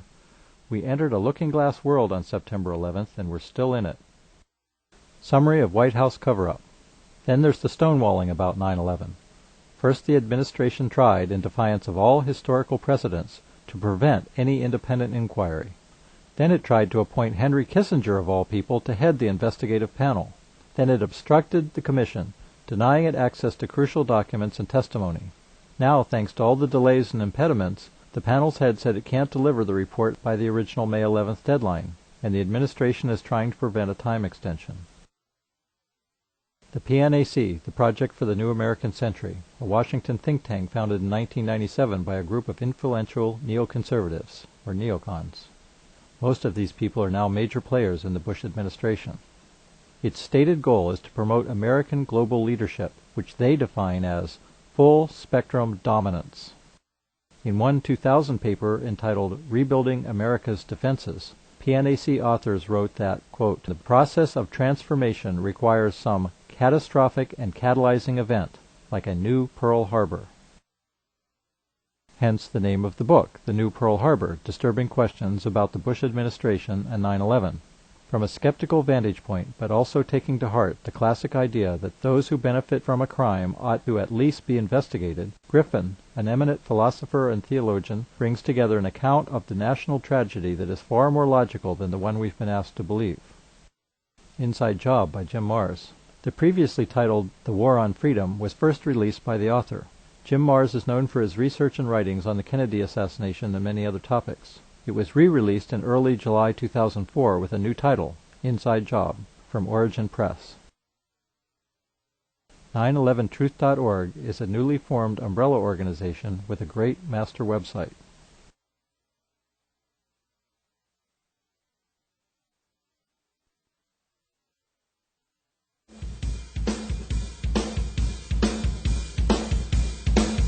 Planes hitting New York City, and thousands now are dead.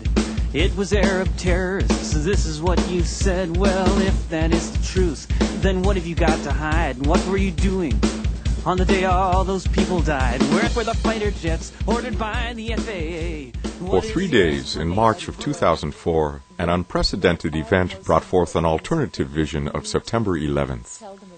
1,000 activists gathered in San Francisco for Phase 1 of a Citizens 9/11 International Inquiry.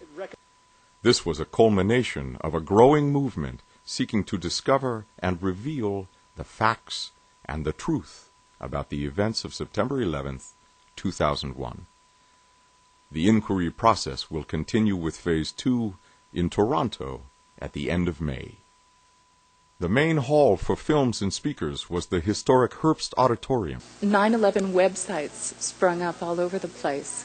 And this amazing sort of conversation and cooperation began happening amongst researchers all over the world. The films Aftermath and The Great Deception were screened along with excerpts of Painful Deceptions, Arsenal of Hypocrisy, War and Globalization featuring Michel Chossudovsky, Liberty Bound, and Guerrilla News Network's Flight 93 and Ammo for the Info Warrior. Along with film showings, a lengthy list of distinguished authorities and activists spoke. The speakers included Carol Brûlé, Barry Zwicker, Mike Rupert, Paul Thompson, Ian Woods, Jim Mars, Ellen Mariani, and Phil Berg. Musician David Rovitz added his special energy to Friday evening. When you told the Air Force to stand down, not to intercept, did you plan to let it happen, or are you just inept? These presenters spoke on a variety of topics, with the common theme of 9/11. Here are some highlights. The purpose of 9/11 and encore 9/11 type events is to keep the public malleable through fear.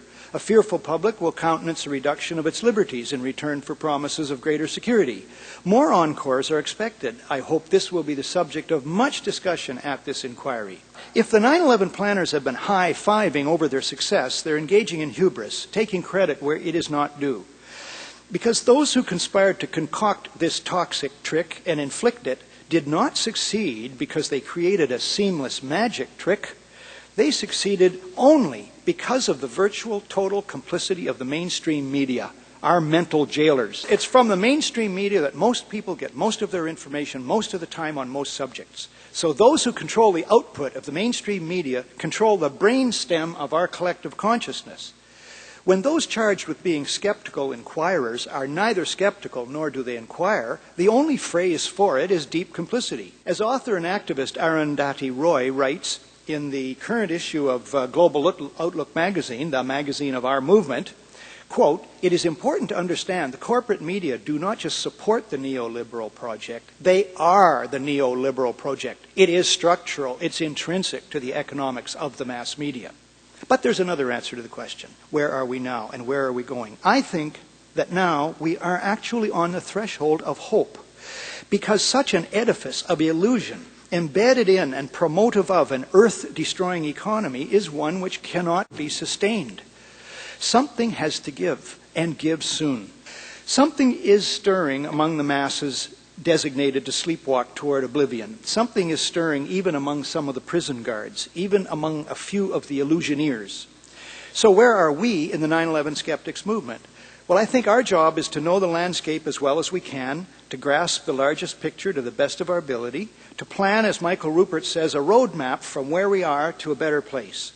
Our job is to nourish realistic hope that we can and will, as 9/11 skeptics, play a pivotal role in helping the old death system to itself die the death it unconsciously seeks. Our job is to prepare for the chaos to come and help lay the groundwork for the more honest and sane world that will be built upon the rubble and courage of the present.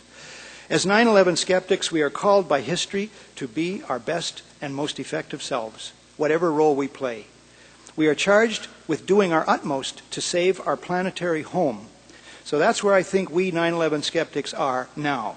We are more awake than we ever have been. We have much more waking up to do, and especially we owe it to our fellow citizens to rub the sleep out of our eyes, out of their eyes. That was 10 minutes exactly. Okay.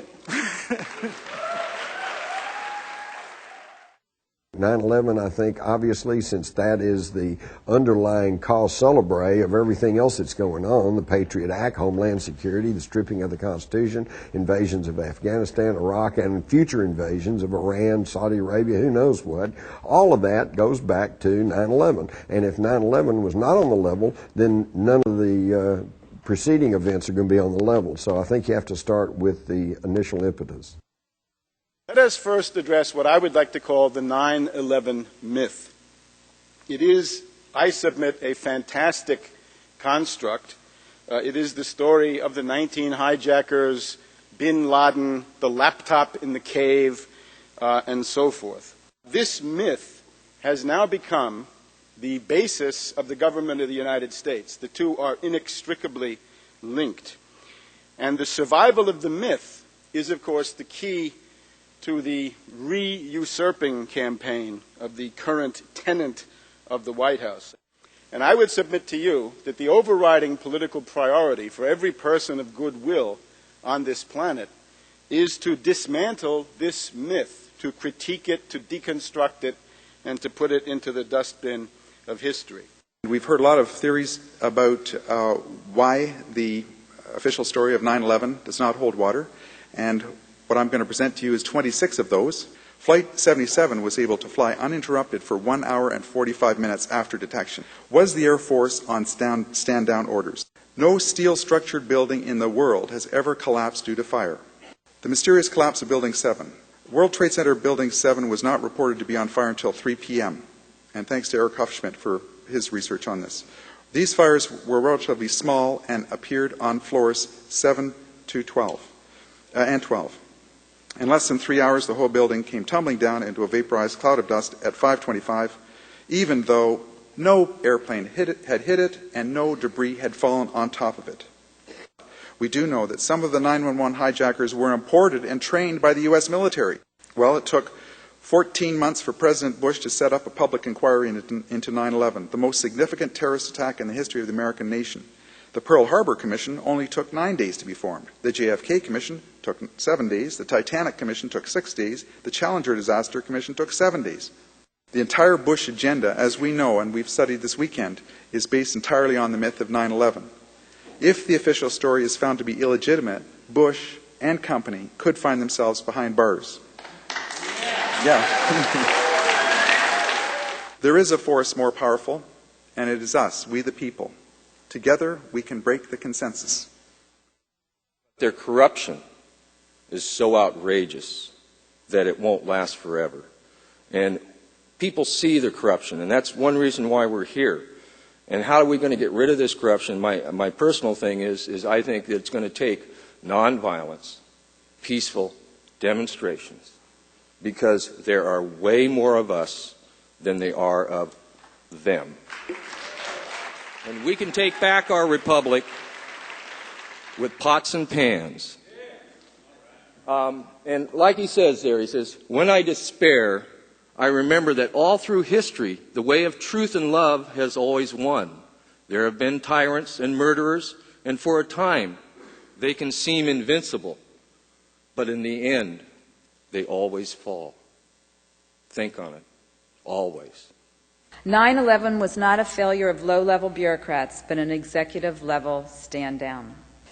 On September 11th, while 4 planes were hijacked and 2 crashed into the Twin Towers, while people were burning and jumping out of buildings, G.W. Bush, Commander-in-Chief, was in a second-grade classroom in Sarasota, Florida, reading about a pet goat. To date, the administration has presented no evidence that it was bin Laden and al-Qaeda. Remember, they couldn't trust us with that information before they rushed in to destroy Afghanistan again. No tapes, nothing but an alleged hijacker's passport which miraculously survived the rubble of the World Trade Center. The 9/11 Commission is officially called the National Commission on Terrorist Attacks upon the United States. The Bush administration had already written the plotline, and these 10 independent commissioners are merely reading the script. It looks like Karl Rove called central casting and found Washington insiders with so many conflicts of interest, so much to lose in their high-powered jobs, they are guaranteed to play their role and keep the truth under wraps. Max Cleland said of the 9/11 Commission that its deal with the White House about seeing its presidential briefings is a sham, it's disgusting, and America is being cheated. Kyle Hens, co-founder of Citizens Watch, which monitors the Commission, has called the Commission spineless and operating under a dark veil of secrecy and denial. I simply call it the cover-up commission. Like the Warren Commission, the 9/11 Commission is turning up some information that can help us piece together the real story, so it cannot be dismissed out of hand. But the real benefit I see of the Commission is that it may be accumulating quite a record of those who may have misled or lied to the Commission. Remember, cover-up is another name for obstruction of justice. Perhaps the international inquiry, which we're forming, might consider adding some of these commissioners to those involved in the cover-up. Truth is the only way to healing and peace. The idea that the World Trade Center collapsed, the leveling of the Twin Towers and Building 7 resulted from jetliners impacting the towers is the core of the big lie of 9/11/01. While the tower collisions, the Pentagon assault, and the crash of Flight 93 were horrific, deadly events, it was the total destruction of the towers over an hour after they were hit by the airplanes, in the case of the North Tower, that killed by far the most people. The repeated airing of the photogenic South Tower collision and immediate historical revisionism conflating the collisions with the collapses concealed the fact that the explosive disintegrations of the towers were the heart of the psychological assault on the populace. The shocking explosions of the signature towers were the key psychological underpinning of the war on terror. Despite the non sequitur of steel-framed buildings converting themselves into dust and shredded steel, the jetliner hits tower, tower falls down meme proved difficult to pierce. I found the collapse of Building 7 an effective antidote to the conditioning surrounding the collapses of the Twin Towers. Therefore, I will first present a brief segment on Building 7, then proceed to examine the collapse of the Twin Towers. I would like to not only talk about Pakistan's role in the plot, but also what that tells us about the role of the U.S. government potentially in the plot in 9/11.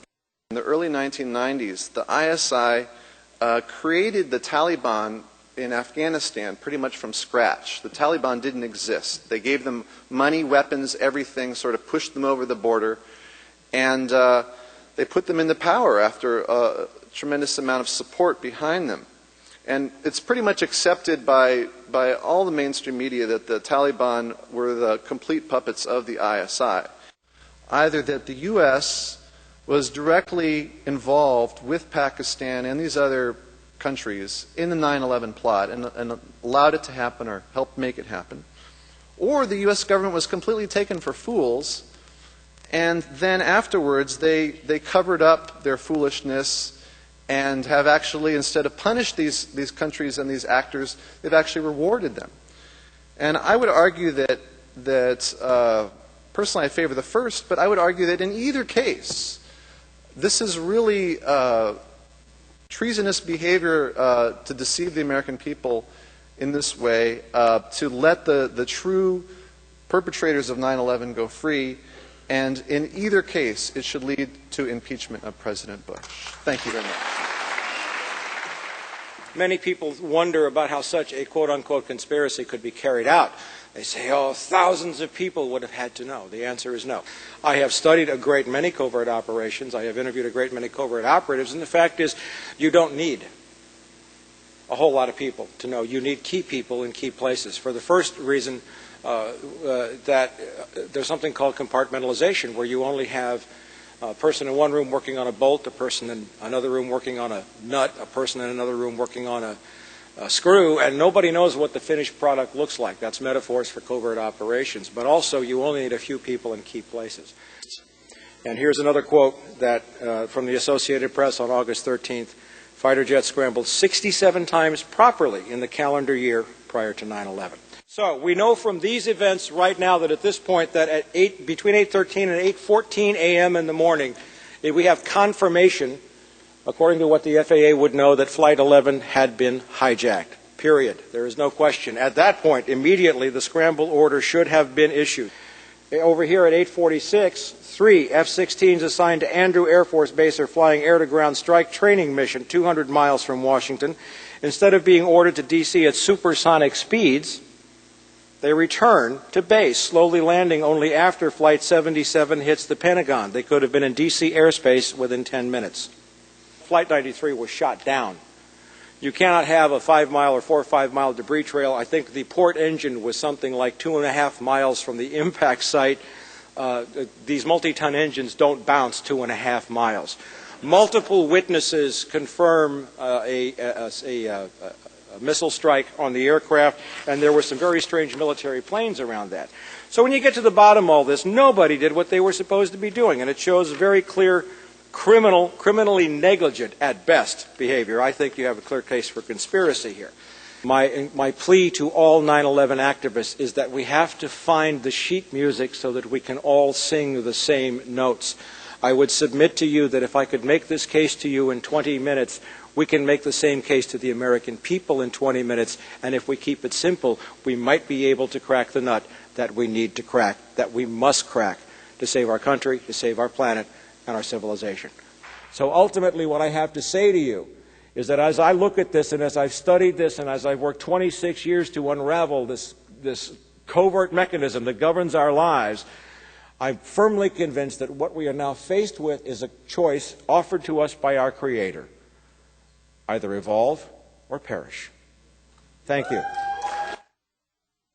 Give me a lever long enough and a place to stand, and I will move the world. And I take that as a metaphor, and for me, 9/11 is the longest lever, the greatest opportunity of our time. As John Buchanan, Republican candidate for president on a 9/11 truth ticket, has said, it's the mother of all issues. And I believe the truth of 9/11 will change our world more than any other single issue. That the official story is a conspiracy theory. It's a conspiracy, 2 or more people. The official story is just a theory. It has never been proven. There has never been any kind of trial. Very little additional evidence has been added to the nearly immediate conclusions that were drawn within hours or a few days of 9/11. And any and all investigations that were for many months non-existent were and are being resisted, underfunded, ignored, stonewalled, and limited. So the official story is a conspiracy theory. So it's not a question of whether or not you believe in conspiracy theory or that 9/11 was a conspiracy theory. It's a question of which conspiracy theory you believe in. We're talking about an evolution and an awakening. 9/11 is part of a much bigger evolutionary spiritual awakening happening and accelerating throughout humanity. In part, we are currently doing some collective shadow work, exposing this darkness to the light. Shadow, as you know, the part of us within ourselves that is not so pretty and that we don't want to show and talk about, but we're aware it exists and other people tell us about it. That same thing happens on a collective level, and we in fact call it the shadow government. And this needs to be exposed to the light if we're going to create the kind of world that we came here to create. So besides moving towards greater truth, we are challenged to move towards greater love and more healing, more forgiveness, and more wisdom. We are enough, and we will succeed. Thank you. Just prior to the opening of the inquiry, a presentation room upstairs was the site of a groundbreaking news conference, where many of the weekend's presenters gave brief summaries of their upcoming presentations. This independent commission that was initially supposed to be headed by Henry Kissinger and now headed by Thomas Keane is failing to ask the proper questions about 9/11. This is one of countless advance warnings that we have received reports about that are not being investigated by this commission. It's an absolute disgrace, the fact that we have to get together to prod to find out the answers. We are now 2 1/3 years later, after 9/11. Not one person has been prosecuted. Not one military person has been even accused or been brought up for court-martial. I think one of the biggest problems when you say, why isn't the media covering this? The hard part is that the American citizens don't want to believe that our government would do something like this. That every plane which deviates from its flight path and radio contact is not established with that plane, or there's a hijacking confirmed, military jets must be scrambled to intercept that plane to find out what was going on immediately. And if you look at the past record, which is documented in official reports of responses, U.S. responses to previous hijackings and other such incidents, there is absolutely nothing like this that has happened before in the history of the United States. It's absolutely unprecedented. What happened on 9/11 was a violation of standard procedures. 9/11 was an international event. You know, it's literally not true that, quote, 3,000 Americans died that day, unquote. It's not a competition about victimhood, but people from 84 countries died that day, including 26 from Canada. So this is why we've linked together, we in Toronto, who are holding an international, and we're adding the word citizens now, inquiry into 9/11. We have linked hands across the border, harmony and complementarity with San Francisco here. It makes it less likely they can call us anti-American up there, by the way. We are here today to tell the rest of the world that no matter what the major media does, no matter what the government does, no matter what the financial interests governing this planet do, at this moment in time, we will not let 9/11 go. Thank you.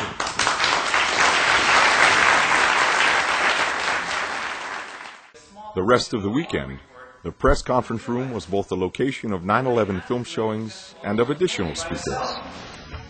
An adjoining room hosted lively follow-up discussions with the Herbst presenters. In the case of the towers, it was kind of like folded up on itself.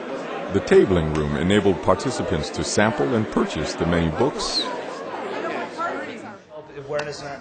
videos, magazines, buttons, and other materials, and to interact one-on-one with the presenters. You get above 2 minutes or so per page. Who's behind the scenes? In other words, CIA. Volunteers, participants, and organizers created a video production studio on location. At the close of each day, panels of presenters were convened for further discussions for the cameras. My name is Blaine Mahan, and I'm here this evening to discuss one of the aspects of the September 11th truth movement, a creation called the Deception Dollar. I'm the artist that originally came up with the concept for the Deception Dollar. During the inquiry, a march was organized to the mayor's office at San Francisco City Hall. We have an idea right now for what we'd like to do, and anyone who wants to participate can do so. It's a fun family activity.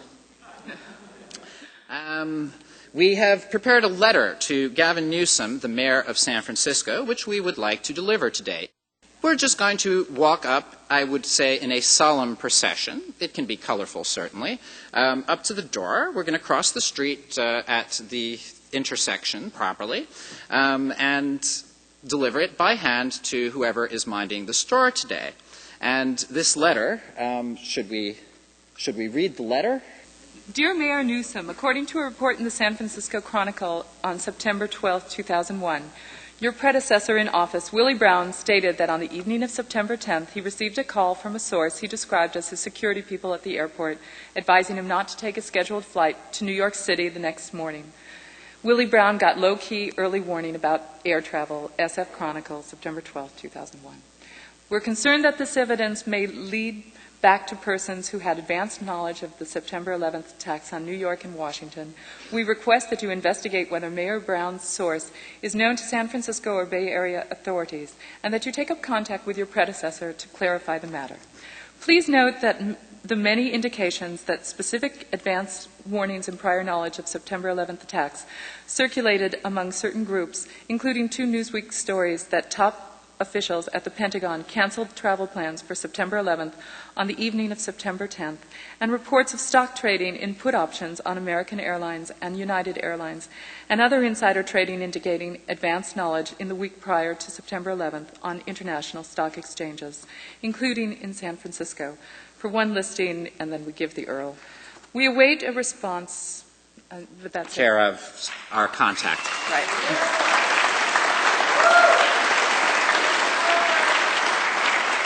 So It's conveniently located just across the street, so if you have 5 minutes and you'd like to join us, we would welcome your company. If you'd like, I can accept it and make sure it gets the answer. Okay, I'll take the letter. I'm going to give the captain. Demanding these answers for the families as well as for the rest of the country who's been asked to send their sons and daughters to war and give up their civil liberties based on 9/11, the most horrendous yet least examined event in modern American history. It's time for the truth. We're sick of the lies, we're sick of the cover-up, and it's time that we got what we deserve, which is truth. Thank you. Please walk with me. Please march with us silently.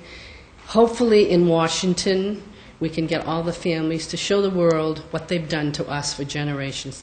I was on a plane 2 hours before my husband, who kissed me 3 times goodbye. I left as a married woman and came home as a widow. I have to do it. They can't speak. They are no more. So please walk with us. I am from the state of New Hampshire. We were on our way to my daughter's wedding. And he never made it. So I'm here today for all the 3,000 who were killed. I am ashamed of our government and what they've done. They have lied. They will do anything to obstruct our justice. I waited 2.5 years for justice, but it hasn't come forward. I can't do it alone, and it's people like you that are walking with me for your future, your grandchildren and your children and whomever else is here in our country. I'm very honored to be able to represent Ellen Mariani. I'm representing her on behalf of herself to seeking the truth for her late husband and for the other 3,000 people who were murdered on that day, and also all of you and everyone across the United States and around the world. Because what occurred on that day was terrorism. We have to figure out who did it, why it happened, and make sure it never happens again. George W. Bush, the Bush administration, was involved in the events of 9/11, and they must be held accountable.